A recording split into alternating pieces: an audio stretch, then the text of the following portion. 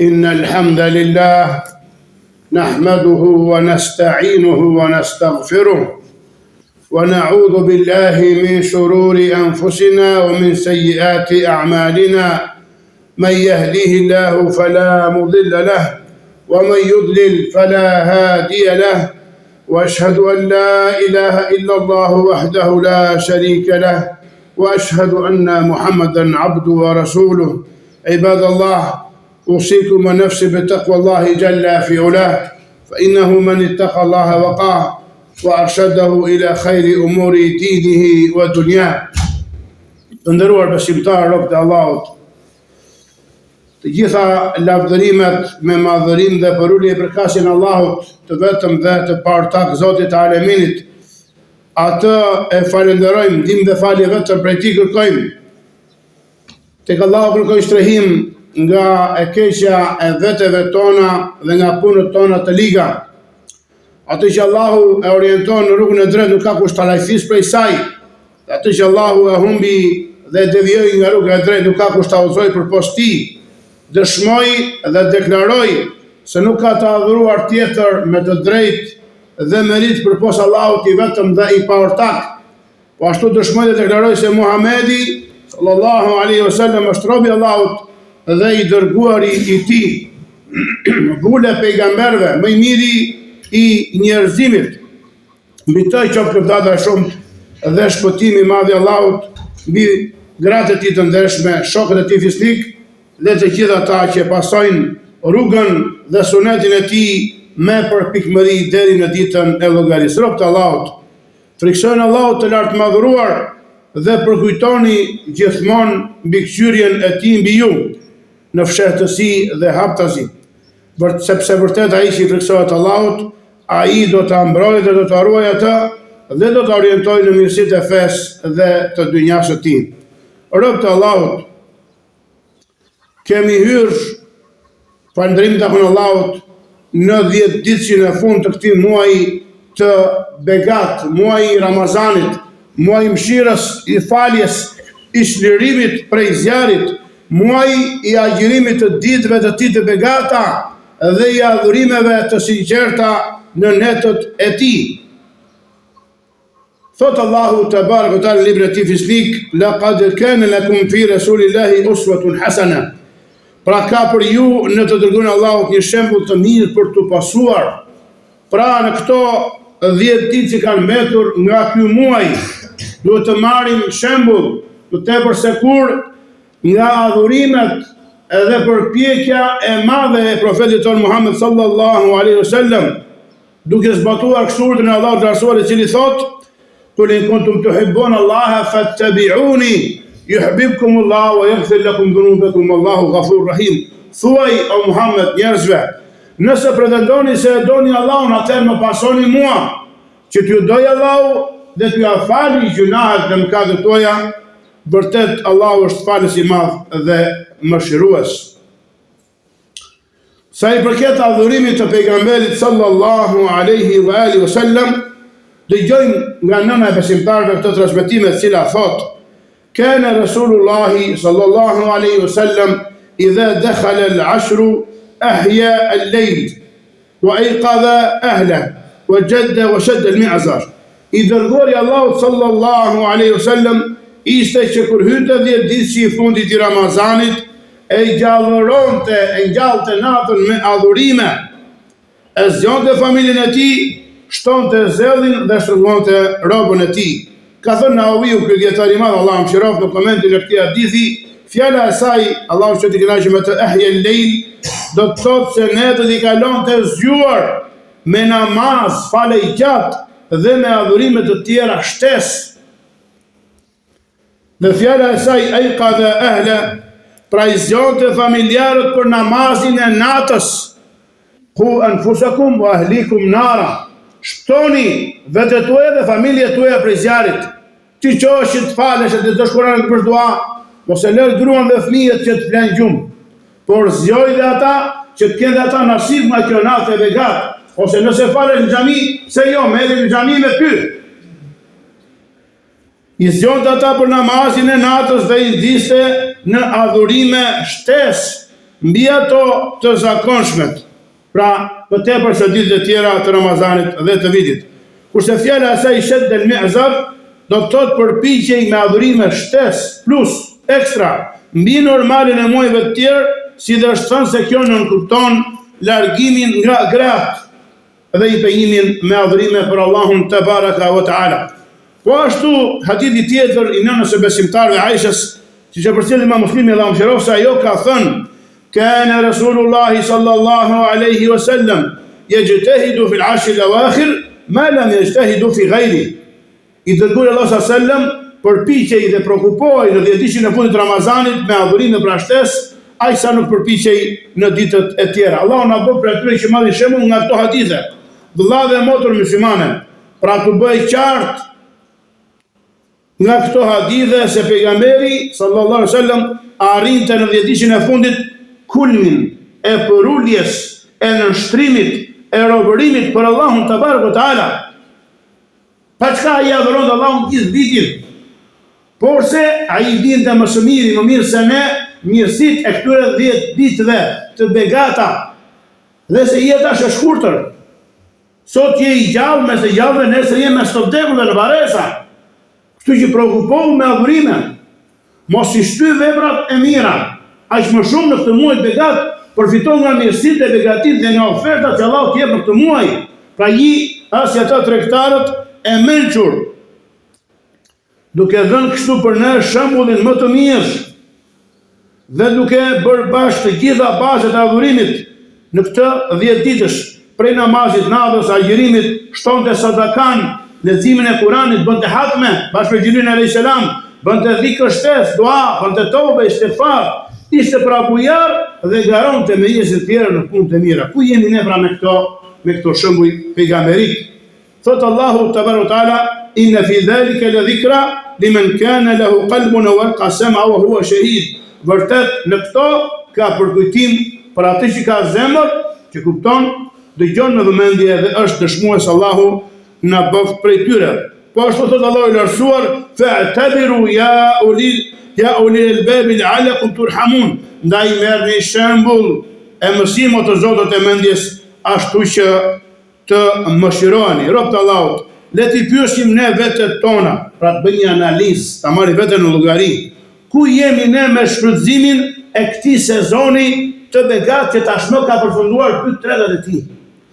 Kaloi 10 ditë që i parë, merren në analizë vetën. Ku ishte me agjërimin, me namazin nadhës, me gjithë të veprat që djuan? Nëse ke qenë aty ku duhet, elhamdulillah, ke vazhduar në 10 ditën e dytë. Nëse jo, nëse ke mangësinë këtë 20 ditën e parë, atëherë bëj tobe, ktheu, pendohu dhe rikupero kohën që të ka kaluar. E nëse ke pas zell në 10 ditën e parë dhe dytë, shtohe edhe më, pra jepi pak gaz si thot populli. Përpara se të na përfundoj jeta dhe të na vi e gjeli. Aty nuk kam më dobi të thua që Allah më kthe dhe njërë dënja, sepse e ke përfunduar jetën e veprave të tua në dënja. Dhe përpara se të transferohemi nga banesa e punëve dhe veprave për në banesën e llogarisë dhe të shpërblimit, ku përfundimi i njerëzve ka vetëm 2 përfundime, 2 banesa, jo të tretë. Një grup është për në xhenet, Allah na bëf prej tyre, dhe një grup është për në zjarrin e ndezur fort. Ndaj mëso të ruajt Allahu mirësinë dhe vlerat e këtyre 10 ditëve dhe pozitën e lartë të tyre tek Allahu subhanahu wa taala, ashtu që të bësh në to shkaqet e dhura, të shtosh pra në 10 ditë që kanë mbetur veprat e mira dhe të përngjasosh dhe të shëmbëllesh në to me pejgamberin sallallahu alaihi wasallam, shembullin ton, imamin dhe të dashurin ton. Allahu na bëj dobi me to që dëgjuam. Aqulu ma tasma'un wa astaghfirullah li wa lakum fastaghfiruhu innahu huwal ghafurur rahim.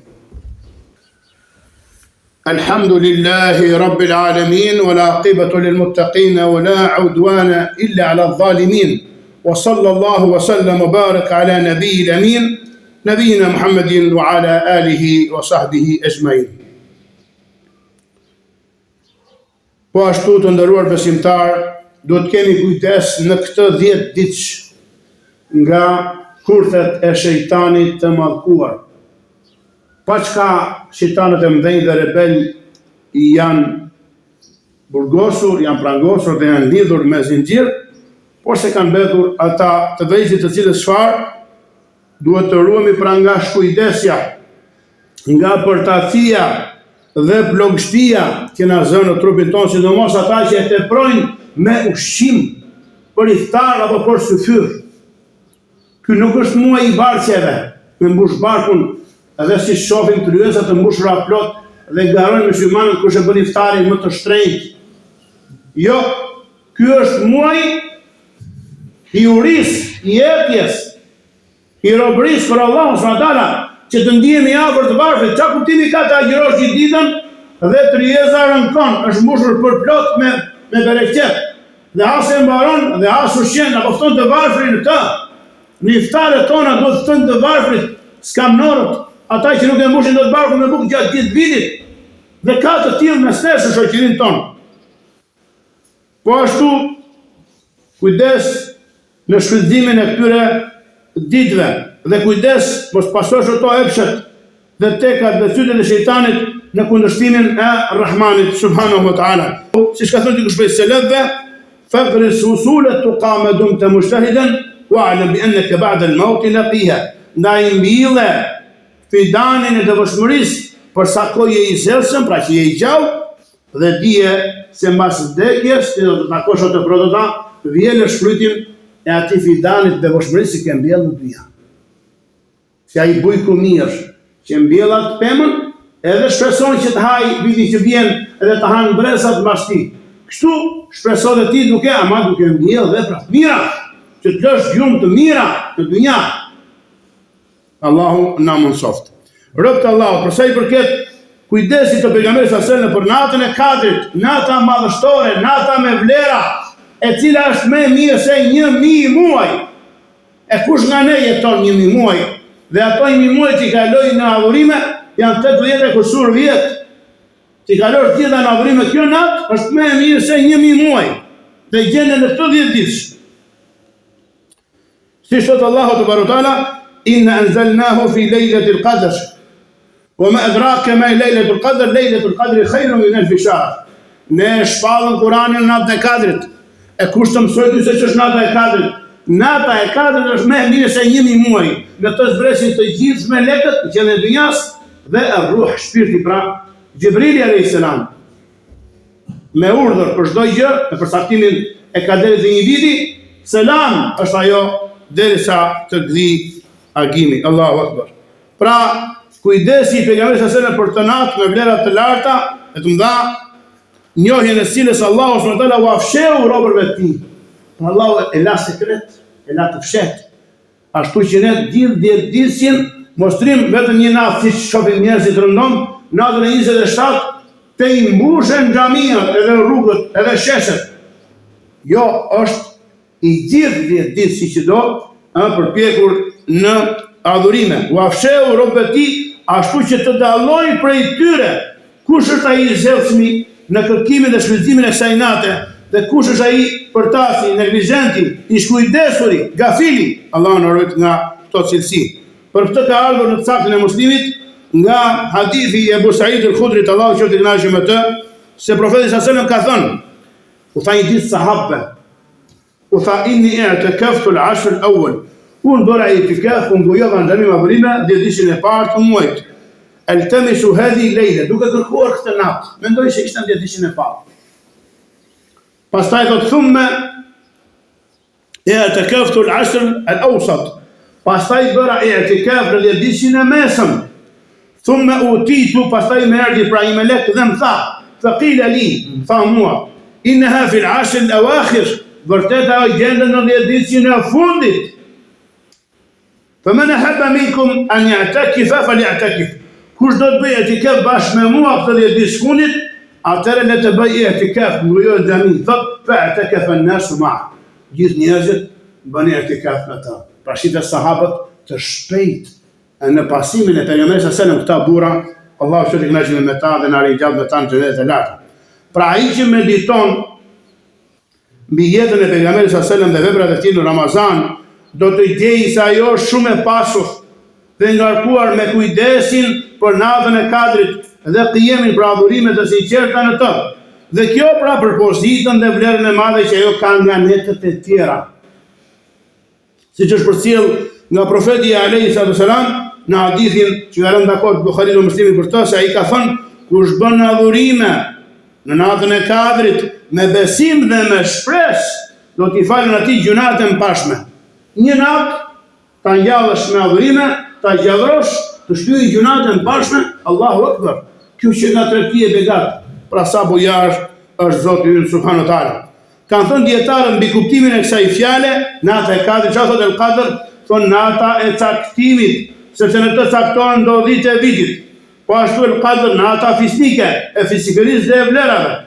Ajo natër selam dhe e bereqesme, zbresin e të prasistan me lekët, po ashtu dhe Gjibrili alayhi salatu wasalam. Ndaj çdo musliman dhe muslimane që dëshiron këshillimin dhe përmirësimin dhe marrjen llogaritë të vetes së tij, duhet të kujdesë në këtë natë të begat, së pari duke falur namazin e akşamit dhe të yacis në xhami. Pra dhe dishin e fundit do ta thekësh natën e Kadrit, jo të vish vetëm nga fundi, përpiqu fal akşamin në xhamat, lëre tryezën presi, pastaj të falësh yacin në xhamat, shpizosh kohën, pastaj sunetet mbas yacie, pastaj të fillosh taravit me imamin, që kur i nis dhe deri kur i përfundon. Se kush falet me imamin e tij derisa i përfundoi, këto netët e Ramazanit i shkruhet sikur është falur gjithë natën. Pra kjo është mirësia e xhamatit dhe faljes me imamin dhe me xhamatin e muslimanëve. Pra, sepse nuk lihet, mund të lësh akşam dhe yacin që janë farz për të falur taravit. Asa baun drejt në kindin duke fjetur gjumë se je i lodhur nga agjërimi. Jo, namazi ka përparësi e shtylla e dytë e Islamit. Pastaj vjen agjërimi, pastaj vjen taravit që janë vepër vullnetare. Pra dikush nga selefët ka thënë, për të cekur natën e Kadrit, kush fal akşam dhe yacin me xhamat në Ramazan, ka arritur prej natës së Kadrit një hise të bosme. Pra ka pas nasib që ta ketë adhuruar natën e Kadrit në të Allahun subhanahu wa taala.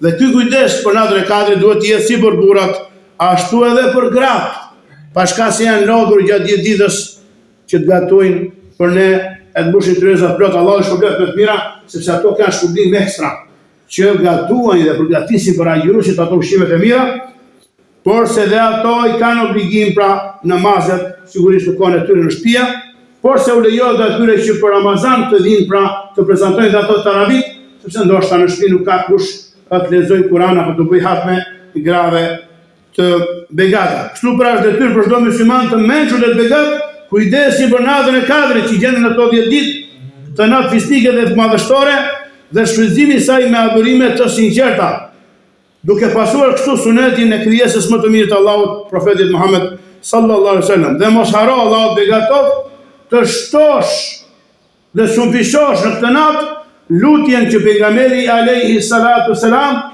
i mësoi bashkëshortes së tij dhe nënës tonë Aishës, Allahu që të kënaqë me të, kur ajo e pyeti: "O i dërguari i Allahut, pra shiçar gra, shiçar pyetjesh që bënim. Nëse unë e di se cila është nata e Kadrit, çfarë të them në të, si të lutem në të?" Ai tha: "Thuaj, Allahumma innaka afuun tuhibbul afwa fa'fu anni." O Allah, ti je falës i madh, e do faljen, ndaj më fal mua. Që Allah të falin e do. Rob të Allahut, pra duhet kujdesemi për agjërimin dhe qiyemin e ditëve që kanë ngelur nga ky muaj i begat, duke u ruajtur që mos të përfitojnë, mos dalin nga agjërimi vetëm me uri, me etje, dhe me pagjumësi, dhe me lodhje dhe me raskapitje, por se ta përsosim agjërimin ton dhe namazin ton të natës, me besim dhe me shpresë që të trashëgojnë gjunahet e mëpashme. Pra ta agjërojmë me gjithë trupin ton, kujdes agjërimin e gjuhëve. Mos bëj gibet majtas e djathtas, mos përgojoj njerëzit, mos ofendoj njerëzit, mos merr në përkënderin e njerëzve në këtë muaj, se ka agjëruar nga ushqimet e pija, por se ka ngrënë mishin e vëllezërve tu, të vdekur, të motrave tuaja. Kujdes. Allahu na dhon sukses të gjithëve në atë çka i pëlqen dhe kënaqet, dhe na i pranon punët dhe adhurimet e sinqerta të këtij muaji. Së fundmi rob të Allahut, të shtojmë salavatet për pejgamberin ton Muhammed sallallahu alaihi wasallam, duke zbatuar kështu urdhrin e Allahut në Kur'an, i cili thot, pasi na lajmëron dhe na urdhëron, thot: "Inna Allaha wa malaikatahu yusalluna 'ala an-nabi ya ayyuhalladhina amanu sallu 'alayhi wa sallimu taslima." Dhe thot pejgamberi selam, kush dërgon mbi mua salavat të vetëm, Allah dërgon mbi të 10 të tilla. اللهم صل على محمد وعلى آل محمد كما صليت على إبراهيم وعلى آل إبراهيم إنك حميد مجيد. اللهم بارك على محمد وعلى آل محمد كما باركت على إبراهيم وعلى آل إبراهيم إنك حميد مجيد. O Allah, na prano agjërimin e këtyre ditëve, na jep zell në ditëshin e fundit, na mundso të arrijmë natën e Kadrit dhe të adhurojmë ty në të besim dhe me shpresë, na bëj prej të shpëtuarve nga zjarri, na fal ne, gratë tona, fëmijët tanë, baballarët, nënat tona, gjyshit e gjyshëve dhe gjithë muslimanë dhe muslimanët. Subhanak Allahumma wa bihamdik, ashhadu an la ilaha illa anta astaghfiruka wa atubu ilaik, walhamdulillahi rabbil alamin.